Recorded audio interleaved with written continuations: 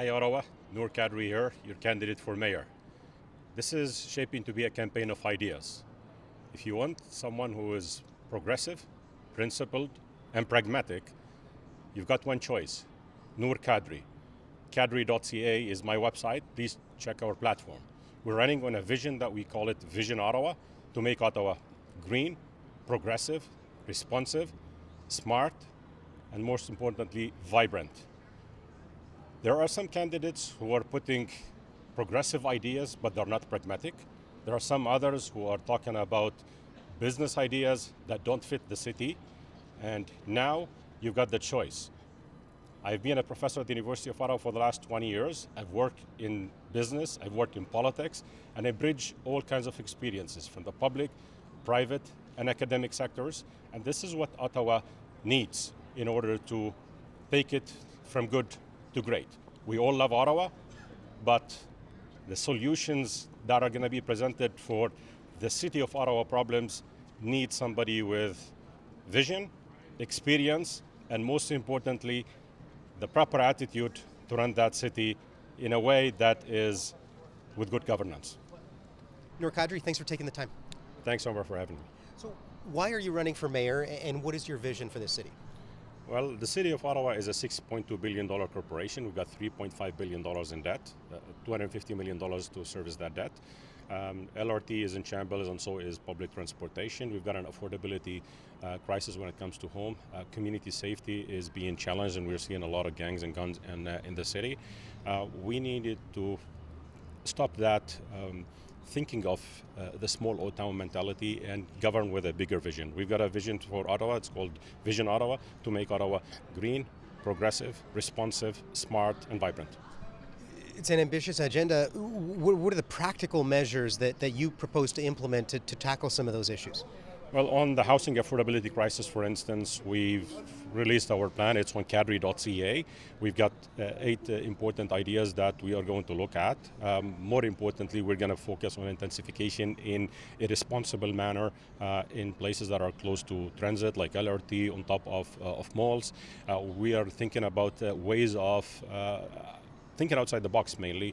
We've got more than 200 government buildings that are in downtown that are not being used. We could repurpose some of those buildings by negotiating with the federal government and transform some of those into affordable housing units. The city can stop also some of the red tape on that by issuing the permits and by making sure that we stop those bureaucracies that are kind of creating challenges for a lot of builders in the city. We've got a supply crisis when it comes to that. Of course, there's an existential threat with climate change, and we've got a plan for this. We need to work on bringing the hundreds of billions of dollars that are available in green municipal funds, venture capital funds, infrastructure bank funds. Only less than 15% of that makes it to the cities. We need to look at best practices of city financing and alleviate the burden from the backs of the taxpayers, and make sure that we bring those investments inside, make sure that we support initiatives in the green economy and create green-collar jobs in Ottawa. You have said that we have to rebuild trust in transit. How do you propose to do that? Well, I've listened to riders, to bus drivers, to people in mechanics, in safety, in traffic management, in unions, and I have a kind of 360 view of all the issues that we're seeing there. We need to treat the root causes of the problems. We need to focus on this from a transparency and accountability perspective. We did not do that on light rail. It's one of the biggest projects, $2.1 billion projects, and we shouldn't be allowing corrupt practices and bad procurement practices to go into City Hall. We had this in the first phase of light rail, and unfortunately it's making it into the second phase. Under Mayor Kadri, this is something that we are going to stop. We are going to also invest in other aspects of scheduling, for instance, for buses.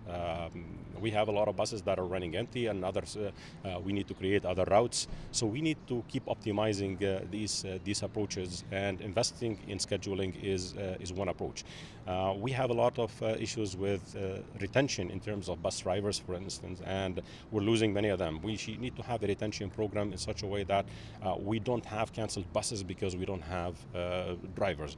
There are also other practices. I heard like very bad stories about a broken bus is shipped an hour and a half outside the city in order to be fixed when it can be fixed here in-house, and we can hire the right mechanics and give them the right benefits in order to make sure that the problem is resolved once and for all.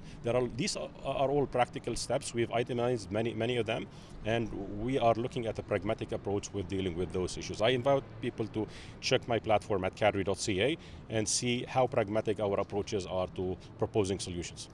Staying on the theme of pragmatism, one of your priorities has been community policing, more community policing. Policing, one of the highest costs on the budget, on the municipal budget. You also want to keep property taxes at 2%, which is lower than the average, and they have in the past few years. How do you plan on implementing this more community policing initiatives while also keeping that 2% cap on property taxes? How are you going to do that? Well, I'm a professor in the executive MBA program, and I've been in business a lot. We need to realize efficiencies. Okay, we can focus on aspects of economies of scale in a lot of situations and get a better value for the buck that is being spent for the people of Ottawa. We look at OC Transport now, $85 billion in deficit this month. Well, guess what? Ridership is very low. We need to bring some reliability into public transportation and increase ridership and realize economies of scale and and so that shouldn't be on the backs of the people. It's the same thing with community policing. We've seen a lot of members of the police service going on the sunshine list in terms of their pay, but in many situations their work is being done where they're doing some social work. Okay? My father was a policeman. I have huge respect for that profession, but we need to look at this from all the angles, whether it has to do with good governance at the police services board on one hand, making sure that the police is hired to be doing the right job with fighting gangs and guns, and again, looking at prevention measures from community policing aspect. A lot of youth are drifting to the wrong paths, and we could resolve these with engagements with community groups, with churches, with mosques, with temples, with a lot of initiatives, with community organizations, and by this we could resolve a lot of the issues that the police is dealing with on a day-to-day basis. Nour Kadri, you're not a household name in Ottawa. I wonder why not go for a city council seat first? Why go directly to being mayor?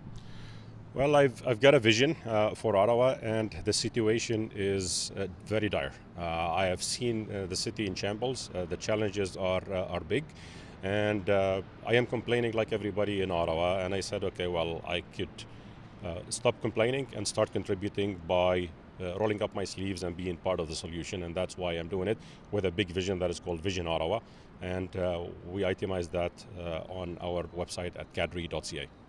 And finally, what is it that you bring to the table that the other candidates don't? Well, I've got the experience in both politics, business, and also additional to that is academia. The city of Ottawa has always been run by a career politician or a business person, and in both situations things didn't work. And the options that we have now, nobody is bringing these approaches to the table. I'm the only candidate who got the experience both in business and politics and also in academia, and I am ready to lead day one. Nour Kadri, thank you. Thank you, Omar.